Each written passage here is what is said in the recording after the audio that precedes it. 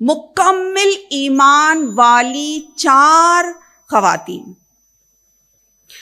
who have perfected their faith جس کو کہا جائے گا, اور اس کی وجہ سے اللہ نے ان کا مقام جنت الفردوس میں فکس کر دیا. ہم جانتے ہیں وہ کون 4 ہیں, اور یہ حدیث عام ہے عزیز بہنوں, لیکن آج میں اس بات کا ذکر اس لیے کر رہی ہوں کہ جیسے ہی ہم ان کا ذکر کریں, ہم اپنا تجزیہ, اپنا جائزہ لیں ہم کہ اگر میں ان کی جگہ پر ہوتی تو کیا میں ویسی قربانی دیتی؟ اگر ایسی آزمائش میری زندگی میں آتی تو کیا میں سچ مچ اللہ تعالیٰ کی راہ میں استقامت کے ساتھ عزم جو ہے نیت کے ساتھ کیا میں سچ مچ اللہ تعالیٰ کی نظروں میں کامیاب بندی ہوتی؟ حضرت خدیجۃ الکبریٰ آپ صلی اللہ علیہ وسلم کی سب سے چہیتی بیوی, جن کو کہ اللہ کے رسول صلی اللہ علیہ وسلم نے فرمایا کہ وہ کامل ایمان والی تھی. ایک ہی انسیڈنس پیاری بہنوں میں ان کے تعلق سے بتاؤں گی. دیکھیے, جب اللہ تعالیٰ نے سب سے پہلی وحی نازل کی, اقرا بسم ربک الذی خلق, اس وقت آپ صلی اللہ علیہ وسلم کہاں تھے؟ غار حرا میں تھے. اور آپ صلی اللہ علیہ وسلم حق کی تلاش میں اللہ کی عبادت اور اللہ کو یاد کر رہے تھے. اس وقت جب آپ صلی اللہ علیہ وسلم نے اتنی بڑی ہستی جبرائیل امین کی دیکھی, right from east to west, آسمان پر پوری چھائی ہوئی ہستی, اتنے زیادہ پر زندگی میں کبھی جو ہے خواب و خیال میں انسان سوچ بھی نہیں سکتا. اس طرح کی ہستی جب آپ نے دیکھی, اور جب وہ آپ صلی اللہ علیہ وسلم کے قریب آئے اور کہا اقرا, آپ صلی اللہ علیہ وسلم نے کہا ما انا بقاری, اور آپ اس وقت ظاہر ہے کہ گھبرا گئے. اس کے بعد کا طرز عمل کیا ہوا؟ محمد الرسول اللہ صلی اللہ علیہ وسلم کے پاس 4 آپشنز تھے. آپ چاہیں تو اپنے اہل کے پاس جا سکتے تھے. یہ واقعہ جو ہوا, اس کی گھبراہٹ اور اس کی کیفیت تھی جو تھی اس کو سنانے کے لیے اور اس کے بارے میں بتانے کے لیے, اور کچھ سکون کی تلاش میں, خیر کی تلاش میں آپ جو ہے اپنے اہل کے پاس جا سکتے تھے, اپنے سب سے چہیتے دوست یعنی کہ ابو بکر صدیق کے پاس جا سکتے تھے. آپ صلی اللہ علیہ وسلم جو ہے کسی اور کے پاس جا سکتے تھے, یا آپ صلی اللہ علیہ وسلم حضرت اپنی بیوی حضرت خدیجۃ الکبریٰ کے پاس جا سکتے تھے. آپ نے کون سا آپشن چنا؟ کس کے پاس گئے آپ صلی اللہ علیہ وسلم؟ ہم جانتے ہیں کہ آپ نے حضرت خدیجۃ الکبریٰ کے پاس جانا پسند کیا. کچھ تو ایسا ہوگا عزیز بہنوں اس خاتون کے اندر جس کی وجہ سے آپ صلی اللہ علیہ وسلم نے یہ مناسب سمجھا کہ آپ ان کے پاس گئے. ہم ایک لمحے کے لیے پاز کرتے ہیں اس حدیث کو, اور ہم ریفلیکٹ کرتے ہیں, ہم جائزہ لیتے ہیں اس بات کا کہ اگر آج کی دور کا شوہر جو ہے اس کے پاس کوئی پرابلم پیش آتا ہے, چاہے وہ فائنینشیل پرابلم ہو, کوئی اور پرسنل پرابلم ہو, ایموشنل پرابلم ہو, یا کوئی بزنس پرابلم ہو, کیا وہ سچ مچ اپنی اہلیہ, اپنی بیوی کے پاس آتا ہے؟ اور اگر آتا بھی ہے تو کیا وہ اس قابل ہے؟ کیا اس کا تعلق باللہ, کیا اس کا سینس آف پرپس, کیا وہ اتنی اسمارٹ ہے کہ وہ سچ مچ اپنے شوہر کو راہ راست دکھا سکے, ہدایت کا ذریعہ بن سکے؟ عام طور پر ہوتا کیا ہے, اگر فرض کیجئے کہ اتنے دنوں کے لیے اگر شوہر نہیں آ رہا ہے, کسی اور مقصد کے لیے جا رہا ہے, تو سب سے پہلے تو عورتیں جو ہے, بیویاں جو ہے شکایت لے کر بیٹھ جائیں گی کہ اسی لیے میں منع کر رہی تھی غار ہرا میں جانے کے لیے. فون کالز نہیں کر رہے, آپ آ رہے نہیں, بچوں کا کیا ہے وہ دیکھ رہے نہیں, شکایتوں پہ شکایتیں ہو سکتی ہے. پھر یہ بھی ہو سکتا ہے کہ بیوی خود جو ہے گھبرا جائے کہ یہ کیا ہو گیا. لیکن یہاں پہ ہم دیکھ رہے ہیں کہ حضرت خدیجہ کا طرز عمل کیا تھا. سب سے پہلے تو یہ وہ خود جو ہے اتنی باشعور تھی, اتنی زیادہ اسٹرانگ تھی مینٹلی, کہ انہوں نے نہ صرف یہ کہ اپنے آپ پر قابو کیا, آپ صلی اللہ علیہ وسلم کو پورا جو ہے کانفیڈنس دیا, اور ان کے الفاظ جو انہوں نے کہے جو کہ آپ صلی اللہ علیہ وسلم کے لیے مرہم ثابت ہوئے, یہ الفاظ میری پیاری بہنوں سنہری الفاظ میں لکھے جانا چاہیے. اور اگر رشتہ میاں اور بیوی کا ایسا مضبوط ہو جیسے کہ آپ صلی اللہ علیہ وسلم کا ان کے ساتھ تھا, تب انشاءاللہ تعالی بہت ہی صالح اور کامیاب نسلیں جو ہے پروان چڑھ سکتی ہیں. اگر میاں اور بیوی کا رشتہ مضبوط ہو, اگر اس کی بنیاد جو ہے ایمان اور تقوی کی ہو, تو انشاءاللہ ہنہ لباس لکم وانتم لباس لہن کی بہترین مثال جو ہے وہ قائم ہو سکتے ہیں. آپ نے کہا محمد رسول اللہ صلی اللہ علیہ وسلم سے کہ بے شک آپ یتیموں, مسکینوں, بیواؤں اور غریبوں کی مدد کرتے ہیں, آپ پڑوسیوں کا حق ادا کرتے ہیں, آپ اپنے اہل کے ساتھ بہت حسن سلوک کرتے ہیں, آپ دوست احباب رشتہ دار کے ساتھ بہت ہی حسین طریقے سے پیش آتے ہیں, آپ سبوں کا حق ادا کرتے ہیں. اللہ تعالیٰ آپ کو ہرگز رائیگاں نہیں جانے دے گا. اور یہ بہترین الفاظ حضرت خدیجۃ الکبریٰ کے لیے مرہم, محمد الرسول اللہ صلی اللہ علیہ وسلم کے لیے مرہم ثابت ہوتے ہیں. اور اس کے بعد ہم دیکھتے ہیں تاریخ, ہسٹری جو ہے وہ پوری چینج ہو جاتی ہے, اور آپ صلی اللہ علیہ وسلم کو نبوت مل جاتی ہے. اس کے بعد کی ساری ہسٹری جو ہے بالکل علیحدہ ہے.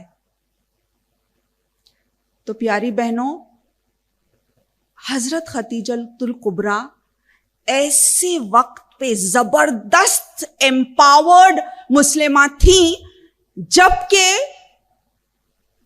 فیمیل انفینٹیسائڈ, کیا کہیں گے, بچیوں کو زندہ دفن کیا جاتا تھا اس وقت. وہ دور ایسا تھا جبکہ جیسے لڑکی پیدا ہوئی تو جیسے کہ مانا کہ منحوس اور نحوست ہے نعوذ باللہ, اور ایسے دور میں جبکہ لڑکیوں کو زندہ دفنایا جاتا تھا, ایسے دور میں آپ اتنی زیادہ امپاورڈ ہیں. نہ صرف یہ کہ آپ بہترین مثال ہیں ایک بزنس ویمن کی, ایک بہترین انٹرپرینیور تھی وہ, اور سب سے زیادہ مال دولت اور روپیہ اپنا جتنا بھی تھا آپ نے صرف کیا, آپ صلی اللہ علیہ وسلم کے لیے اللہ کی راہ میں دے دیا. آپ صلی اللہ علیہ وسلم کو خود جب اپنی ذات پر بھروسہ نہیں تھا, حضرت خدیجۃ الکبریٰ کو ان پر بھروسہ تھا. اور ہم دیکھتے ہیں کہ اسلام کے فروٹس, اسلام جب پھلا پھولا اور اتنا زیادہ جو ہے اسلام کا پرچم بلند بھی نہیں ہوا تھا کہ آپ اس دنیا سے چل بسی, تو حضرت خدیجۃ الکبریٰ نے اسلام کے فروٹس بھی نہیں دیکھے, بلکہ ایسے وقت پر ہی ان کی زندگی کا خاتمہ ہوا جبکہ مصیبتوں اور بہت سارے کیلیمٹیز کا دور جو ہے اب چل ہی رہا تھا. تو عزیز بہنوں, ہمارے لیے بہترین مثال ہے حضرت خدیجۃ الکبریٰ. پھر دوسری جس کی مثال آپ صلی اللہ علیہ وسلم نے دی کہ پرفیکٹڈ ہر فیتھ, جنہوں نے ایمان کو کامل کیا, کامل ایمان تک پہنچی ہے, وہ ہے مریم علیہ السلام. ان کے بارے میں قرآن پاک میں نہ صرف ان کا نام آیا ہے بلکہ ایک پوری سورہ ان کے نام سے موجود ہے. اور یہی نہیں, اللہ رب العالمین نے ان کی عبادت, ان کی دعا جو یہ بار بار کرتی تھی, تعلق باللہ ان کا اس قدر اللہ تعالیٰ کو پسند آیا کہ اللہ تعالیٰ نے ان کو یہ شرف دیا کہ قرآن میں کسی اور کو اپنی والدہ کے نام سے نہیں بلایا جاتا سوائے عیسیٰ ابن مریم. تو یہ شرف جو ہے، یہ اعزاز جو ہے ان کو حاصل ہے، یہ اس لیے ہے کہ اللہ رب العالمین ان سے راضی ہو گیا. سورہ آل عمران چیپٹر نمبر 3 ورس نمبر 42 میں اللہ تعالیٰ فرماتے ہیں کہ سب سے بہترین عورت جس کو قرار دیا گیا ہے، ان اللہ اصطفاکی و طہرکی و اصطفاکی علی نساء العالمین، کہ تمام عالمین جو ہے ان میں بہترین عورت وہ ہے مریم علیہ السلام. تو عام طور پر لوگ کہتے ہیں نا کہ مس یونیورس اور مس ورلڈ اور مس سو اینڈ سو.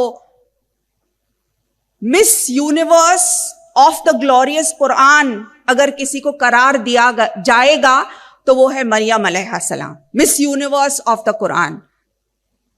کہ اللہ رب العالمین کو ان کی عبادت، ان کی حیا، ان کا طریقہ کار، ان کا دعاگو ہونا، یہ ساری چیزیں اللہ کو اتنی پسند آئی کہ اللہ تعالیٰ نے ان کو کامل ایمان والی قرار دیا، اور ان کا نام قرآن پاک میں آیا، اور اتنے زیادہ جو ہے، اتنا زیادہ ان کو رسپیکٹ اور آنر جو ہے دیا گیا. پھر تیسری آسیہ. آسیہ کون؟ فرعون کی بیوی آسیہ، وقت کا سب سے جابر اور سب سے زیادہ ظالم بادشاہ، اس کی اہلیہ، queen of her Times, right, کیا کہیں گے، وقت کی ملکہ. کون سی ایسی چیز ہے جو ان کے پاس نہیں تھی؟ آج کے دور کی لڑکیاں یا خواتین، ہم اور آپ جس چیز کی خواہش رکھتے ہیں وہ سب کچھ ان کے پاس تھا. مال و دولت، دنیا کی ہر آرائش، بیسٹ آف ہر چیز کا بیسٹ، لگژری کارز کے بارے میں اگر آپ سوچیں تو ہو سکتا ہے ان کے پاس وہ تھے. لگژری برانڈز، لگژری پرفیومز، ہر چیز جس کے بارے میں سوچا جا سکتا ہے وہ سب کچھ آسیہ کے پاس تھا. لیکن کون سی چیز تھی جس کو انہوں نے ترجیح دی؟ کیا وہ تھا جس کی وجہ سے انہوں نے ان سب چیزوں کو قربان کر دیا؟ آپ جانتی تھی کہ جیسے ہی میں یہ کہوں گی کہ اللہ ہے رب الخالق جس نے مجھے اور آپ کو پیدا کیا، فرعون کیا کرنے والا ہے؟ میرے ساتھ بدترین سلوک کرنے والا ہے. کیونکہ فرعون کا دعویٰ کیا تھا کہ وہ خود ہی اپنے آپ کو طاغوت بنا بیٹھا تھا، وہ خود اپنے آپ کو خدا سمجھتا تھا. تو جیسے ہی آسیہ نے یہ کہا تو اس نے اپنے ظلم ان پر جو ہے ڈھانا شروع کر دیا. یہاں تک کہ عزیز بہنوں، اس نے ان کو اتنی تکلیف پہنچائی، اتنا ٹارچر کیا، جو کہ آسیہ جانتی تھی کہ یہ میرے ساتھ ہونے والا ہے. لیکن پھر بھی کیا وجہ ہے کہ انہوں نے وہ ساری چیزیں قربان کر دی؟ وہ صرف اور صرف توحید ہے، وہ صرف اور صرف تعلق باللہ ہے، اللہ تعالی کی خلاقی کا اعلان کرنا. سوچیے عزیز بہنوں، اگرچہ آسیہ اس بات کا اعلان نہ بھی کرتی اور دل ہی دل توحید، ان کے دل میں ہی اگر توحید رہتی، تب بھی اللہ تعالیٰ ان کو معاف کرتا، شاید تب بھی اللہ تعالیٰ ان سے راضی ہوتا. لیکن نہیں، انہوں نے یہ سوچا، اور یہ بہت ہی صحیح سوچا انہوں نے، کہ میرا کام یہ ہے کہ میں علل اعلان جو ہے توحید کا پرچم لہراؤں. اور یہ کام انہوں نے کیا. اس کے عوض میں کیا ہوا؟ سب کچھ ختم ہو گیا. لیکن دعا کرتی ہیں اللہ تعالیٰ سے، رب ابلی عندک بیتن فی الجنہ. اور جیسے فرعون ان کو ٹارچر کر رہا ہے، ان کو تکلیف پہنچا رہا ہے، بہت ہی شدت کی تکلیف پہنچا رہا ہے، لیکن ان کے چہرے پہ مسکراہٹ ہے. کیسی مسکراہٹ؟ کہ مانو اللہ تعالیٰ نے سن لیا اور دیکھ رہی ہیں وہ اپنا گھر جنت الفردوس میں.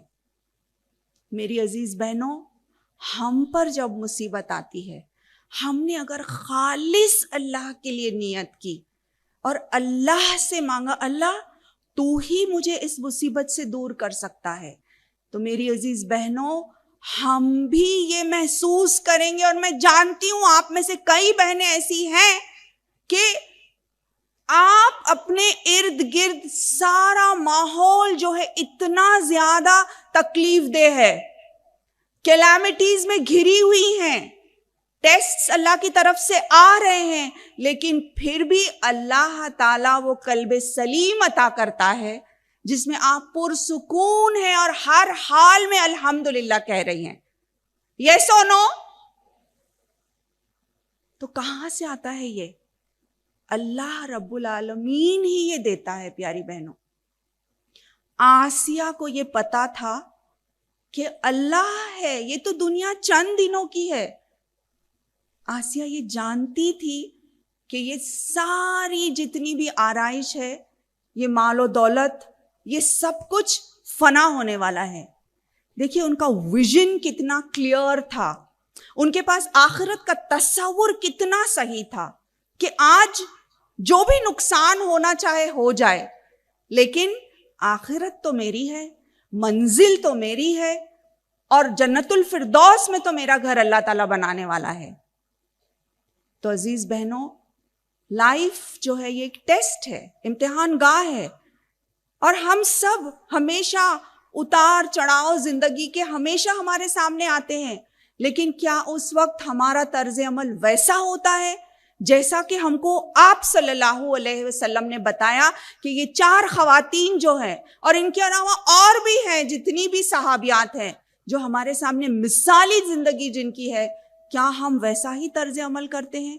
اور اگر ہم نے ویسا کیا تو ان بٹوین دا کیلامیٹیز، دنیا کی تمام جو ہے مشکلات میں رہنے کے باوجود ہمارے چہرے پہ مسکراہٹ ہوگی، ہمارے دلوں میں سکون ہوگا، اور ہمارے ایمان سے ہمارے دماغ اور ہمارے دل اور ہماری روح جو ہے منور ہوگی.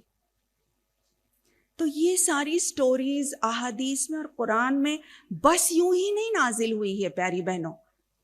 اگر ہم اس کو بس یوں ہی پڑھ رہے ہیں ایصال ثواب کی نیت سے، ثواب تو مل جائے گا، لیکن جب تک ہمارے اندر وہ تغیر پیدا نہیں ہوتا، جب تک ہمارے اندر وہ تحریک پیدا نہیں ہوتی، ہمارا پڑھنا جو ہے پھر وہ کوئی مقصد والا نہیں ہوگا. چوتھی، آپ صلی اللہ علیہ وسلم کی پیاری بیٹی حضرت فاطمہ رضی اللہ تعالیٰ عنہ. حضرت فاطمہ کے بارے میں ایکسیپشنلی دیکھیے ہم کچھ نہیں جانتے، لیکن آپ کے بارے میں سب سے زیادہ جو ہے بیسٹ پوائنٹ جو ہے وہ یہ ہے کہ آپ leader of the woman of جنہ، سردار ہیں، جنت کی عورتوں کی سردار، جس کو نبی کریم صلی اللہ علیہ وسلم نے قرار دیا. سوچنا چاہیے نا کہ کیا وجہ ہے کہ جنت کی سردار، کون سا ایسا بڑا کارنامہ انہوں نے انجام دیا. ایک حدیث میں آپ کے سامنے رکھوں گی. حضرت فاطمہ کے ہاتھ جو ہے چکی پیستے ہوئے اور گھر کے سارے کام کرتے ہوئے بہت زیادہ ان کو تکلیف ہوتی ہے. جب حضرت علی یہ دیکھتے ہیں تو کہتے ہیں کہ کیوں نہ ہم جائیں آپ کے ابا جان کے پاس اور ایک عرض کریں، درخواست کریں کہ ایک غلام آپ کے لیے دے دیں. آپ صلی اللہ علیہ وسلم کے پاس جاتے ہیں، آپ وہاں موجود نہیں ہوتے تو پھر آ جاتے ہیں میسج رکھ کے. عشاء کے بعد آپ صلی اللہ علیہ وسلم کو جب پتہ چلتا ہے کہ حضرت فاطمۃ الزہرا اور حضرت علی آئے تھے تو ان کے گھر جو ہے تشریف لے جاتے ہیں.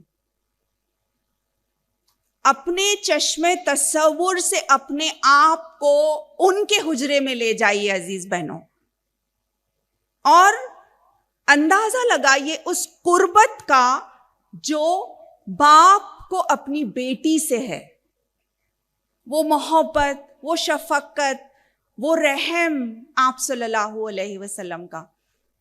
داخل ہوتے ہیں تو حضرت علی اور حضرت فاطمہ دونوں سونے کی تیاری کر رہے ہیں، بس لیٹے ہی ہیں۔ جیسے ہی دیکھتے ہیں آپ صلی اللہ علیہ وسلم تو اٹھ کر بیٹھتے ہیں، کہتے ہیں کہ نہیں ویسے ہی بیٹھے رہیں آپ۔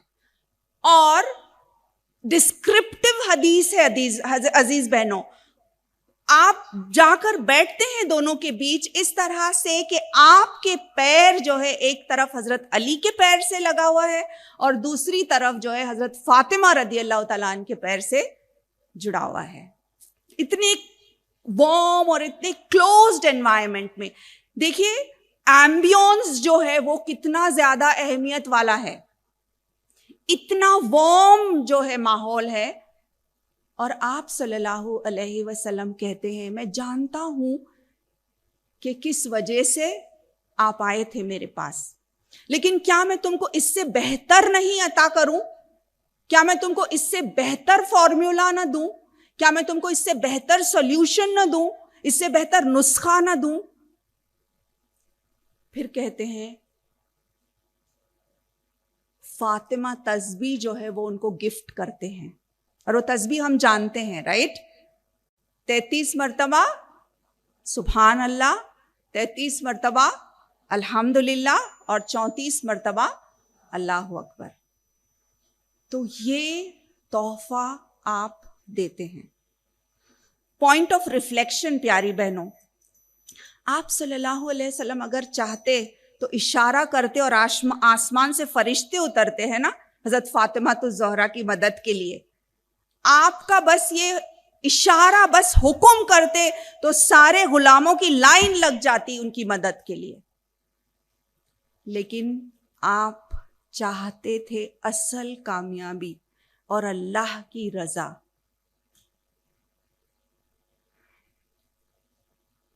آج ہم اپنا جائزہ لیں، آج ہم ریفلیکٹ کریں عزیز بہنوں، کتنی لگژریس لائف ہے ہماری اور کتنی سہولیتیں ہم دینا چاہتے ہیں۔ محمد الرسول اللہ صلی اللہ علیہ وسلم نے ایسا سپر ٹونک جو ہے نا، سپر پاور تسبیح حضرت فاطمہ کو دی کہ حضرت علی اور آپ یہ کہتے ہیں اس کے بعد میں زندگی میں کوئی ایسا مرحلہ نہیں آیا کہ میں اس تسبیح کو بھولا اور میں نے اس کو نہیں اپنایا، اور اللہ تعالیٰ نے اس کی بدولت بہت برکت عطا فرمائی۔ ہمارے لیے بھی یہ سپر ٹونک ہے۔ ہم اکثر کہتے ہیں نا بہت درد ہو رہا ہے، بیک میں پین ہو رہا ہے، نی میں پین ہو رہا ہے، یہ ہو رہا ہے۔ اخلاص کے ساتھ اگر اس تسبیح کا اہتمام کیا جائے تو اللہ تعالیٰ ہمارے لیے بھی اس میں ایک سپر پاور تسبیح ثابت کرے گا۔ اب ہم کانٹراسٹ کریں عزیز بہنوں، تھوڑا ریفلیکٹ کریں اور جائزہ لیں۔ آج کے دور میں ہمارے پاس کتنے آپشنز موجود ہیں، اور آج کے دور کی مادہ پرستی جو ہے اس پر ہم ریفلیکٹ کریں۔ یہ مال و دولت و دنیا، یہ رشتہ و پیوند، بتان وہم و گما، لا الہ الا اللہ، یہ سارے بت جو ہم نے بنا کر رکھے ہیں عزیز بہنوں، ہم سمجھتے ہیں کہ ہماری نسلوں کے لیے بہت اچھا ہے، جتنے آپشنز دے رہے ہیں بچوں کو، جتنے زیادہ، ہر چیز میں ایکسٹراویگنس، ہر چیز میں فضول خرچی۔ ہم سمجھ رہے ہیں کہ اصل میں اس میں کامیابی ہے، لیکن اس میں ہرگز کامیابی نہیں ہے، بلکہ ہم خود اپنے پیروں پر کلہاڑی مار رہے ہیں ایسا کر کے۔ چھوٹی سی مثال لیجئے، ٹوائز کی مثال ہو، کپڑوں کی مثال ہو، پرفیومز کی مثال ہو، ہر چیز کے جو ہے نا اتنے زیادہ آپشنز ہیں آج بچوں کے سامنے۔ یہاں تک کہ ایک چھوٹا سا بیبی جو ہے اس کا ڈریس، ایک نیو بورن بیبی کا ڈریس، اس کی قیمت کیا ہونی چاہیے؟ 3، 4، 5 ہزار روپے کی، 2,000، 3,000 روپے کی قیمت، ایک چھوٹا، اس میں کپڑا ہی کتنا ہے پہلی بات، لیکن کیا برانڈڈ ہے، وہ برانڈ کا پیسہ ہم دے رہے ہیں۔ اتنے سارے آپشنز. 4-5 سالہ بچی اور بچے کو میں نے خود اپنی آنکھوں سے دیکھا ہے, مائیں پوچھتی ہے بیٹی کون سا فلیور آئس کریم آپ کھاؤ گے, strawberry flavour, vanilla flavour, chocolate flavour یا کوئی اور فلیور. اگر ہم اس طرح سے اپنے بچوں کو خراب کریں گے تو یہی بچے بڑے ہو کر جب یہ 15-16 سال کے ہوتے ہیں تو فریج کا دروازہ زور سے پٹک دیتے ہیں اگر وہاں پہ پیپسی کے علاوہ کوئی اور آپشن موجود نہیں ہے. تب پھر مائیں جو ہے ان کی آنکھیں کھلتی ہیں کہ یہ کیا ہو رہا ہے. لیکن اتنے آپشنز دیا کس نے؟ تو میری عزیز بہنوں, یہ سوچنے کا مقام ہے. میں اگینسٹ نہیں ہوں, ہمارے گھر چاہے بڑے ہوں, ہمارے پاس جائیداد ہو, یہ سب چیزوں کے تعلق سے اسلام جو ہے خلاف نہیں ہے اس کے.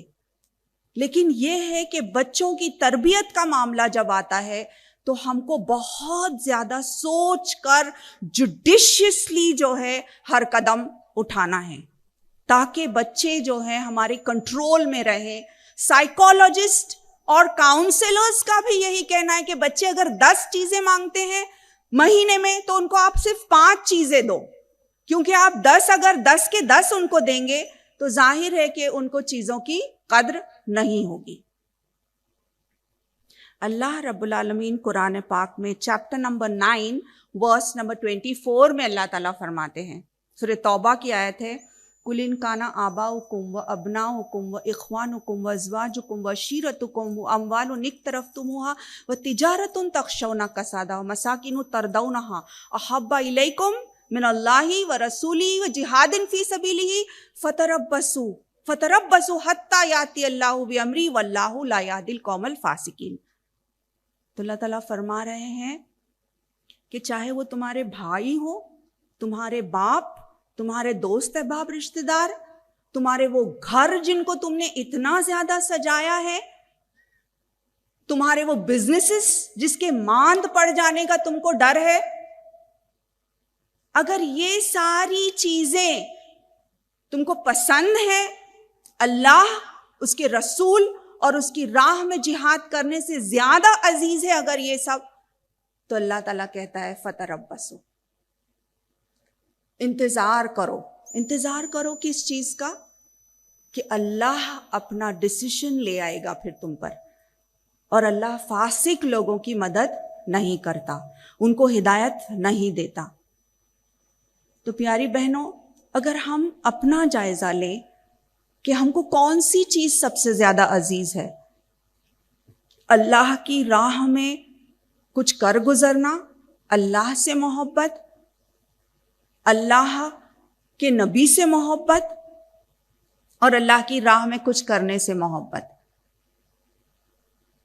اور میں نے کہا نا علامہ اقبال کا یہ شعر کہ یہ مال و دولت و دنیا, یہ رشتہ و پیوند, بتانے وہم و گما لا الہ الا اللہ, کہ یہ سارے جو بت ہیں, ہم کہتے تو ہیں لا الہ الا اللہ, اللہ صرف ایک ہے اور محمد الرسول اللہ اس کے نبی اور اس کے رسول ہیں, لیکن اصل معنوں میں دلوں کے اندر کس کو ہم نے بت بنا کے بٹھایا ہے.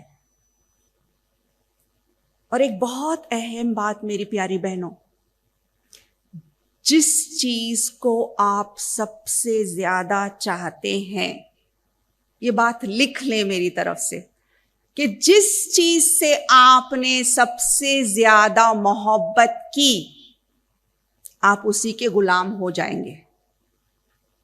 جس چیز سے آپ نے سب سے زیادہ محبت کی وہ آپ کا ماسٹر بن جاتا ہے. مال و دولت سے محبت تو کیا ہو جائے گا, وہی بت ہے, اسی کے پیچھے بھاگ دوڑ ہے, اسی کے لیے بھاگ رہے ہیں. بچوں سے بے حد محبت, یہاں تک کہ اللہ تعالیٰ کے قانون سے کمپرومائز, تو وہ بچے ہی حاوی ہو جائیں گے اور بچوں سے ڈرنے لگیں گے. پھر آپ ماسٹری جو ہے بچوں کی ہوگی, پھر غلط صحیح جو کچھ بھی. کسی انسان کے پیچھے آپ اتنی محبت کر رہے کہ اللہ تعالیٰ کے قانون کو آپ نے ختم کر دیا اس کی محبت میں، تو کون ماسٹر بنے گا؟ وہی شخص جس کو آپ نے اپنا سب کچھ دے دیا، اور ہم کیا بنیں گے؟ اس کے غلام۔ کیا ہم یہ پسند کرتے ہیں کہ ہم کسی اور کی غلامی کریں؟ کیا ہم کسی کی بھی غلامی پسند کرتے ہیں؟ نہیں، سوائے کس کے؟ سوائے اللہ تعالیٰ کے۔ اللہ کی وہ واحد ذات ہے جس کی غلامی کے اندر بہت آزادی ہے۔ جب ہم کہتے ہیں نا لا الہ الا اللہ، نہیں کوئی معبود سوائے اللہ تعالیٰ کے، تو پہلے ہم یہ کہہ رہے ہیں کہ کوئی بھی اس قابل نہیں ہے کہ جس کی اطاعت اور فرمانبرداری کی جائے، لیکن دل ہی دلوں میں یہ جو بت ہم نے بنائے ہیں، یہ جو آئیڈلز جن کو بٹھایا ہے، چاہے وہ جو ہے پیسوں کا ہو، بچوں کا ہو، کسی اور سے محبت کا ہو، یا ہمارے بزنسز کا ہو، یا کوئی اور چیز کا ہو، لیکن یہ سارے جتنے بت ہیں ان کو ہم کو ریفلیکٹ کر کے جائزہ لے کے ان کو توڑنا ہوگا، اور وہاں پہ کس کو بٹھانا ہے؟ صرف اور صرف اللہ تعالیٰ کو۔ اس میں کیا ہوگا کہ سب سے پہلے تو ہمارے اندر وہ قوت پیدا ہوگی کہ ہم لوگوں سے ڈرنے والے نہیں بنیں گے، ہم دنیا سے ڈرنے والے نہیں بنیں گے، بلکہ ہم صرف اللہ سے ڈرنے والے بنیں گے۔ اور جب بندہ اللہ سے ڈرنے والا بنتا ہے نا، تو سب ہر کوئی جو ہے اس سے ڈرنے والا ہو جاتا ہے، پھر باطل قوتیں جو ہے وہ ہم پر غالب نہیں آئیں گی۔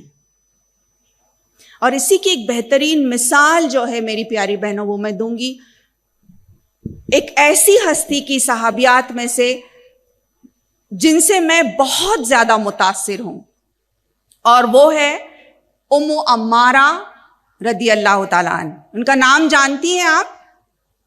نصیبہ بنت کعب۔ احد کے میدان میں جس طرح سے ام عمارہ رضی اللہ تعالیٰ عنہ نے اپنا کردار پیش کیا، یہ قابل رشک ہے۔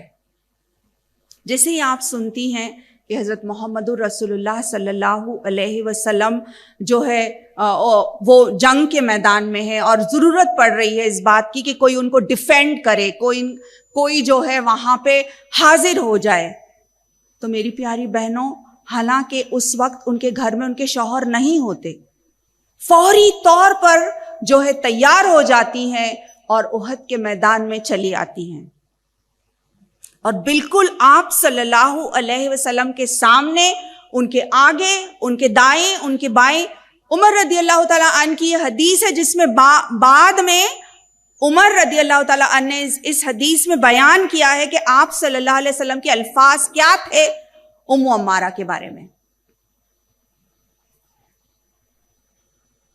آپ صلی اللہ علیہ وسلم نے جب دیکھا، میں دیکھتا ہوں کہ میرے دائیں طرف تو میں نے دیکھا ام عمارہ، جب میں اپنے بائیں طرف دیکھ رہا ہوں میں دیکھ رہا ہوں ام عمارہ، میں جب آگے دیکھتا ہوں تو ام عمارہ، میں جب پیچھے دیکھ رہا ہوں۔ غرض یہ کہ سارے میدان میں وہ چھائی ہوئی ہیں، پرزور طریقے سے جو ہے آپ صلی اللہ علیہ وسلم کی حفاظت کر رہی ہیں۔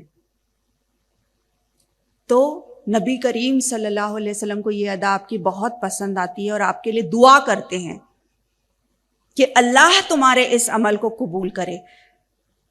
پیاری بہنوں، دیکھیے ان کا بزنس سینس، نصیبہ بنت کعب کا بزنس سینس دیکھیے، کتنی سمارٹ ہے وہ۔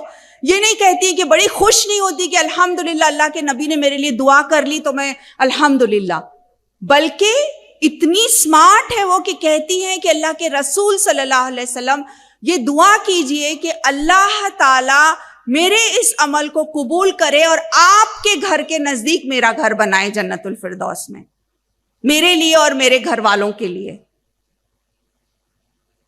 اور آپ صلی اللہ علیہ وسلم ان کے لیے دعا کرتے ہیں، اور اس کے بعد اب کہتی ہیں اب چاہے جو ہو جائے،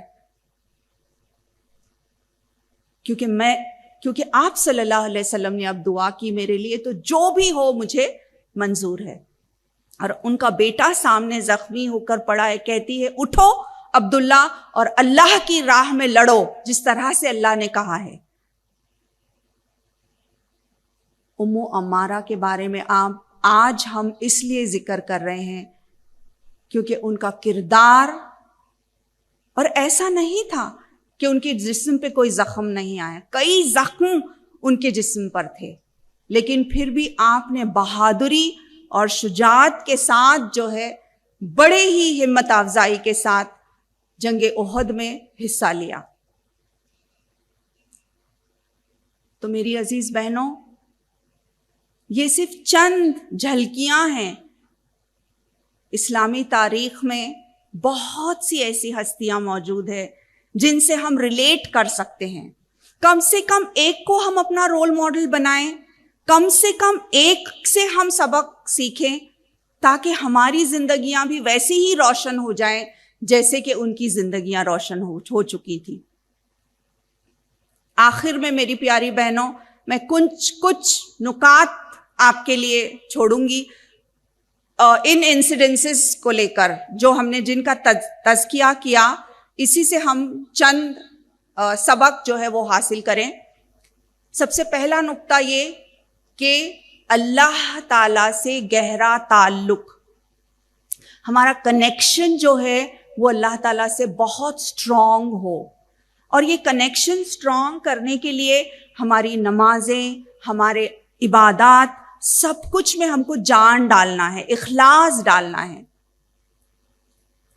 دیکھیے، اگر فرض کیجئے کہ ہم اپنا فون چارج کرتے ہیں، اگر ہم نے رات میں چارجنگ کے لیے رکھ دیا، صبح جب ہم اٹھے فون لینے گئے تو پتا چلا او مائی گاڈ لوز کانٹیکٹ تھا، چارج ہوا ہی نہیں، تو کیسی فیلنگ آتی ہے؟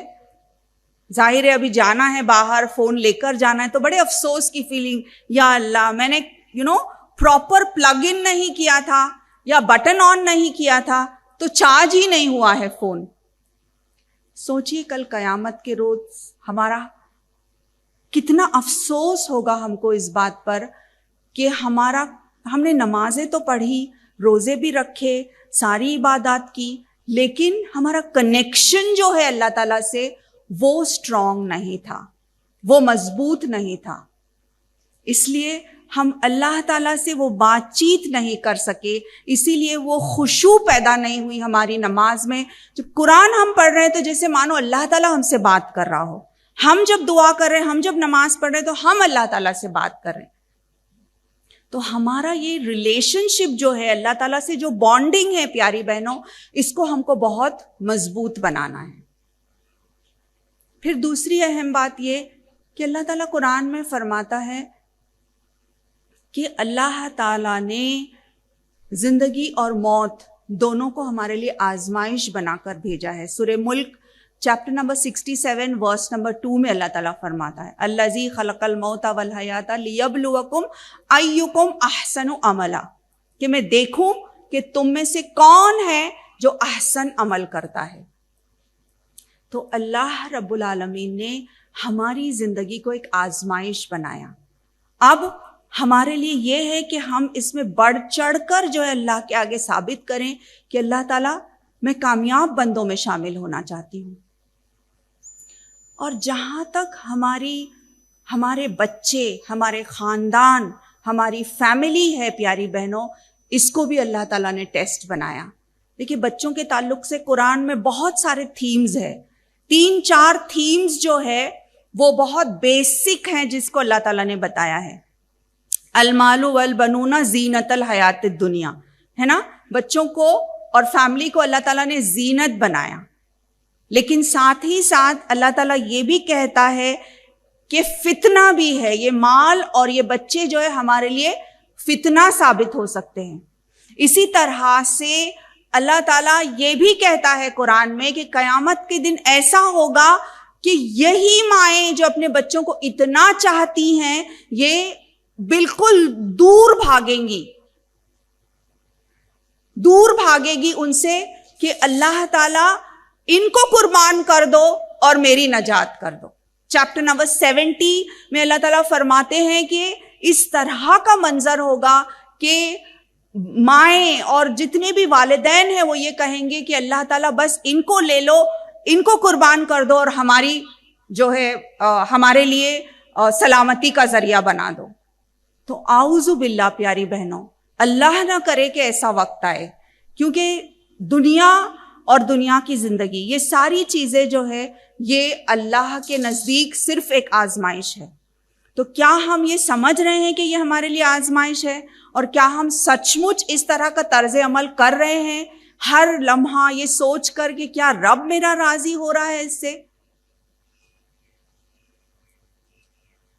پھر تیسری اہم بات یہ ہے عزیز بہنوں کہ دعا جو ہے ایک ایسا ہتھیار ہے جس کا امت مسلمہ نے بھرپور استعمال نہیں کیا ہے.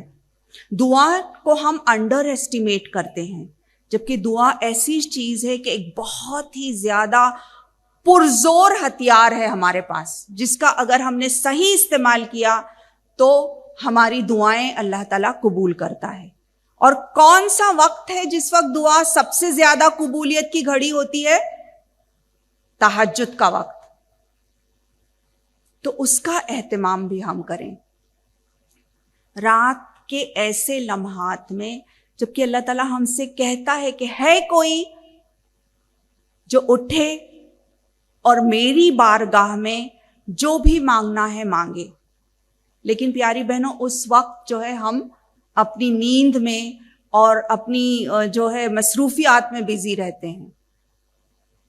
فرض کیجئے کہ آپ کو ایک اعلان کر دیا جائے کہ کل صبح تہجد کے وقت، صبح کتنے بجے تہجد کا وقت ہوتا ہے؟ تقریباً 4 بجے نا، یہاں پہ سمجھیے 40 منٹس پہلے 4:40 کو فجر ہے، تو 3:45 یا 4 بجے آپ کے دروازے پر ایک دستک ہوگی اور آپ کو حلال منی، حلال رزق آپ کو دیا جائے گا. جو بھی دروازے کی دستک پر دروازہ کھولے گا اس کو جو ہے $10,000 دیے جائیں گے.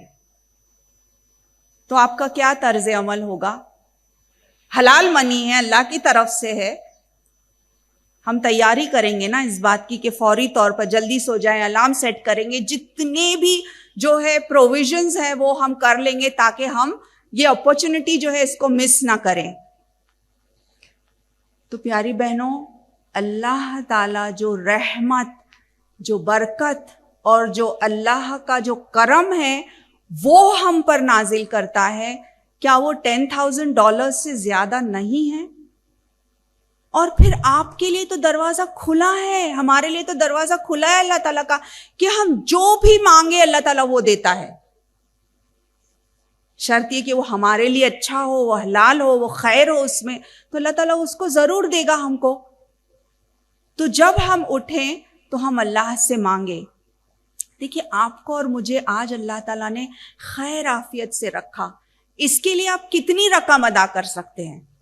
کیا ٹیگ، کتنی قیمت آپ ادا کریں گے کہ آپ کے بچے اور میرے بچے کو آج کینسر نہیں ہوا ہے؟ الحمدللہ. کتنا ہم کیا ٹیگ کریں گے اس بات کو، کتنی رقم ہم ادا کریں گے اس بات کے لیے کہ الحمدللہ آج آتے وقت ہمارا ایکسیڈنٹ نہیں ہوا اور ہماری فیملی خیر عافیت سے ہے. تو یہ اللہ کا کرم ہی تو ہے. تو $10,000 کے ساتھ ہمارا دماغ چمکنے لگتا ہے، لیکن عافیت، اللہ کی رحمت، اس کی برکت، اس کی ہدایت، ایک معصوم سا بچہ اگر وہ نماز اپنے طور پہ پڑھ رہا ہے تو وہ ماں کتنی خوش ہوتی ہے. وہ ہدایت اس کو کس نے دی؟ اللہ رب العالمین ہی نے دی. تو عزیز بہنوں، تہجد کا وقت جو ہے بہترین وقت ہے جس کا کہ ہم استعمال کریں، اللہ سے دعا کریں، پلاننگ ایسی کریں کہ ہم برابر تہجد کے لیے اٹھنے کی پوری کوشش کریں. اللہ رب العالمین ہم سے ہمارے اوقات کے بارے میں بھی پوچھنے والا ہے. ہم نے ہماری زندگیاں کہاں گزاری، ہماری جوانی کیسے صرف کی؟ یہ سوال، اس کا جواب جب تک ہم نہیں دیتے اللہ تعالیٰ کے آگے سے ہم ہٹ نہیں سکتے. پیاری بہنوں، تو میں اپنی بات کا اختتام جو ہے خاص طور پہ میری نوجوان بہنوں سے کروں گی، کیونکہ آپ جو ہیں پیاری بہنوں، آپ اس قوم کا سرمایہ ہیں. You are the future leaders of this امہ. اور آپ کا کیا ویژن ہے, آپ کا کیا مشن ہے, آپ کیا کرنا چاہتی ہیں امت مسلمہ کے لیے.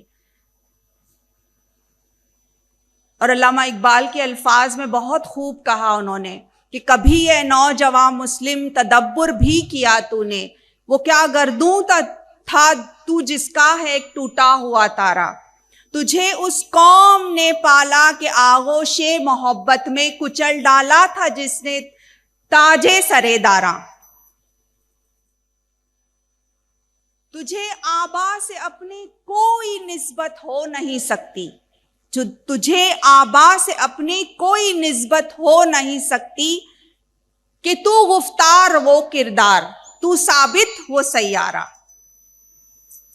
تو عزیز بہنوں, ہم دیکھیں کہ ہمارے آبا و اجداد کیا تھے اور ہماری رگوں میں کن کا خون دوڑ رہا ہے, اور ہم کو کیسا ہونا چاہیے. ایک روشن چراغ ہر مومنہ, آپ میں سے ہر ایک بہن جو یہاں بیٹھی ہے ایک تحریک رکھتی ہے اور اپنے آپ میں ایک لیڈر ہے اور اس دنیا کے سامنے ایک بہترین مثال قائم کر سکتی ہے. میری پیاری بہنوں, آپ تھوڑی سی کوشش, اللہ پر بھروسہ اور اخلاص کے ساتھ ہم اگر اللہ تعالیٰ سے مانگے تو جس فیلڈ میں آپ کام کرنا چاہتی ہیں, جس حلال فیلڈ کو آپ اپنانا چاہتی ہیں اس کو اپنائیں اور اس دنیا کے سامنے بہترین مثال بن کر بتائیں کہ سبق پھر پڑھ صداقت کا, عدالت کا, شجاعت کا, لیا جائے گا تجھ سے کام دنیا کی امامت کا.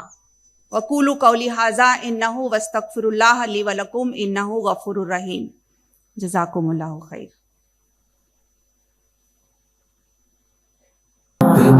جی, مزمل بٹ میرا نام ہے, اور میرا سوال یہ ہے کہ آج جو کہ فتنوں کا دور ہے, اس میں جو بچے اب تو بڑے ہو چکے ہیں, تو ان کی اصلاح کے لیے ایک ماں اپنا رول کیسے پلے کر سکتی ہے؟ ماں خدیجہ کی ہے جانشین فاتح. بسم اللہ. ظاہر ہے کہ جو بچے بڑے ہو چکے ہیں ان کے لیے اور زیادہ مشکل پیش آنے والی ہے, لیکن اٹس نیور ٹو لیٹ. اور یہ کیا جا سکتا ہے کہ سب سے پہلے تو ایموشنلی ان بچوں سے کنیکٹ کیا جائے. یہ ہماری جاگیر ہیں, ہماری غلطیوں کی وجہ سے یہ ہوا ہے. اللہ سے رو کر دعا مانگی جائے, اللہ ہم کو معاف کرے کہ ہم نے غفلت برتی اور اس کی وجہ سے یہ بچوں کا حال ہوا ہے. تو سب سے پہلی تو یہ بات ہے کہ ہم اللہ سے معافی مانگے, اور ماؤں کی اور والدین کی دعائیں اللہ تعالیٰ سنتا ہے, تو انشاءاللہ اللہ رب العالمین ضرور سنیں گے. دوسری بات یہ ہے کہ ہم ان سے ایموشنلی کنیکٹ کریں. پہلے دیکھیے, میں اکثر یہ کہتی ہوں کہ کنیکٹ بیفور یو کریکٹ. حرام پولیس نہیں ہم کو بننا ہے, چاہے بچے چھوٹے ہوں یا بڑے ہوں. اکثر یہ ہوتا ہے کہ چھڑی کے ساتھ یا تو ہم جو ہے نا بہت تیکھے انداز میں ان سے بات کرتے ہیں. اگر ہم نے ایسا کیا تو اس کا نتیجہ کیا ہوگا کہ ان کو باہر کے دوست اور باہر کی دنیا کی ناجائز محبتوں میں وہ پھنس جائیں گے اور اعوذ باللہ اور بھی زیادہ تباہی اور بربادی کی طرف ہو جائیں گے. تو سب سے پہلے تو ماں اپنے بچوں کو گلے سے لگائے, اس کو اپنائیں جیسا بھی ہے. I love you whatever you are today, but I love you. تو پہلے وہ کانفیڈنس پیدا ہو کہ میری ماں اور میرا باپ جو ہے وہ میرے لیے سب سے بہترین پناہ گاہ ہیں, بہترین سیکیورٹی کا ایک انوائرمنٹ ہو. بچہ ایون 19-20 سالہ لڑکا جو ہے وہ یہ سوچے کہ گھر میں جب جا رہا ہوں, یہ نہیں ہو کہ ایک سوال جواب کی نشست کھڑی ہو جائے گی اور میرے سامنے اتنے سارے جو ہے کویسچن مارکس آ جائیں گے, بلکہ ہو تو یہ کہ ان کو کانفیڈنس میں لیں, پیار اور محبت سے. پھر جب وہ ہم کو اپنا اعتماد اور اپنا بھروسہ دے چکتے ہیں, اس کے بعد جو ہے ہم آہستہ آہستہ ان کی اصلاح کریں. ایون بڑوں کے ساتھ بھی بہترین طریقہ یہی ہے کہ قرآن کو سمجھائیں, ایک نشست ہو گھر میں آدھے گھنٹے کی, جب وہ بیٹا یا بیٹی جب سمجھنے لگیں گے نا تو ان کو ہی کہیے آپ کہ آپ 10 آیتوں کا ٹرانسلیشن تفسیر پڑھیں اور گھر والوں کو سب کو سمجھائیں. تو آپ ان کو جو ہے لیڈرشپ رول بھی دے رہی ہیں, ان کو خود کو سارے سبلنگز کو سمجھائیں, گھر میں جتنے بھی لوگ ہیں, اور گھر میں جو سب سے زیادہ جس کے پاس علم ہے ان کی جو ہے موجودگی میں اور ان کے گائیڈنس کے تحت جو ہے یہ کام ہو. اگر یہ بہت ڈیفیکلٹ ہے تو پھر ایٹ لیسٹ آج کل تو الحمدللہ اتنے سارے ویڈیو کلپس ہیں, ایک دستور بنایا جائے گھر میں کہ ہر روز عشاء کے بعد یا فجر کے بعد یا جو بھی ایک قانون ہو کہ ایوری ڈے یہ اتنے 15 منٹ کا ایک ویڈیو ہم دیکھ رہے ہیں جس میں تذکرہ اور اللہ تعالیٰ کا ذکر اور اچھی باتیں جو ہیں وہ بتائی جا رہی ہوں. تو اور اچھا طرز عمل ان کے ساتھ ہو, ان کو بار بار ٹوکا نہیں جائے, کرٹیسائز نہیں کیا جائے. اس طرح سے اگر کیا جائے تو انشاءاللہ یہ توقع ہے کہ اللہ تعالیٰ ہمارے ان سٹیپس میں برکت دے گا اور آسانی کرے گا انشاءاللہ. So hope that help sister. جزاک.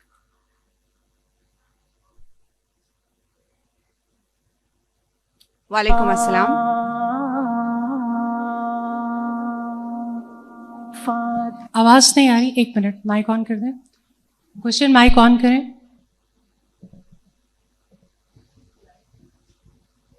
آپ ریپیٹ کر سکتے ہیں. جی آپ بتائیں آپ کیا پوچھنا چاہتی ہیں.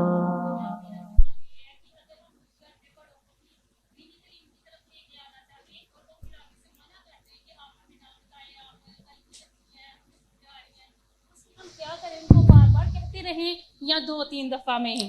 ان کا سوال یہ ہے کہ اگر ہم گھر میں اپنے بڑوں کو دین کی تعلیم کی طرف لے کے آنا چاہیں اور وہ یہ کہیں کہ آپ ہمیں نہ سمجھائیں تو کیا ہمیں کہتے رہنا چاہیے یا رک جانا چاہیے؟ بہت اچھا سوال ہے سسٹر آپ کا.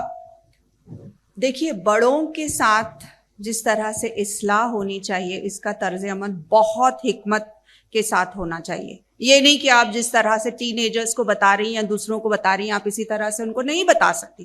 ظاہر ہے وہ تو بڑے ہیں, وہ تو کہیں گے کہ چپ ہو جاؤ تم, اب 2 دن کی مجھے آ کے 2 حدیث سن کر آئی اور مجھے سکھا رہی ہو. تو ان کے ساتھ جو ہے بہت حکمت سے, بہت اچھے طریقے سے, بلکہ ان کے ہاتھ میں ہم اللہ کی کتاب تھما دیں, اللہ کا کلام تھما دیں اور ان سے کہیں کہ اب بولیں. کویشچن کے انداز میں بھی کیا جا سکتا ہے اور اچھے انداز میں, کیونکہ یہ تو بہت زیادہ مشکل چیز ہے کہ آج کل بچیاں جو ہے وہ تعلیمی اداروں میں جا رہی ہیں, وہ سیکھ رہی ہیں, لیکن آپ نے تھوڑی حکمت اور دعا سے اگر کام لی تو انشاءاللہ آپ کی دادی نانی وہ بھی ادارے میں آ جائیں گی پھر پڑھنے کے لیے, کیونکہ وہ یہ سمجھ جائیں گی کہ آپ کے پاس روشن چراغ ہے اور آپ کے اندر اخلاق میں اتنی تبدیلی آئی ہے, آپ خود اتنے چینج ہوئے ہیں. تو کیا چیز ہے جو اتنی چینجز لا رہی ہے؟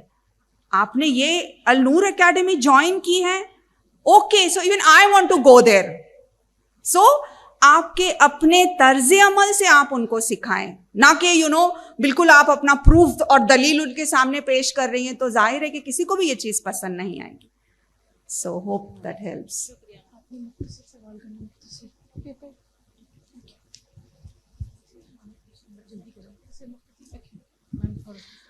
السلام علیکم ورحمۃ اللہ وبرکاتہ. میرا نام ہائکہ ہے, میں نیو مسلم ہوں ماشاءاللہ. اور میری سب سے بڑی کنفیوزنگ یہ ہے کہ ہم اسلامی کلچر کو پڑھتے ہیں قرآن حدیث میں, لیکن اس کے عملی نتائج نظر نہیں آتے. عورتوں کو اللہ نے حکم دیا ہے گھروں میں ٹھہری رہو, لیکن والدین 3 سال سے 23 سال تک جو تعلیم کے نام پر بچیوں کو گھر سے باہر نکالتے ہیں روزانہ کی بنیاد پر, تو اس کا کیا شرعی حکم ہے؟ جزاک اللہ خیر. Welcome to Islam and welcome to the sisterhood in Islam.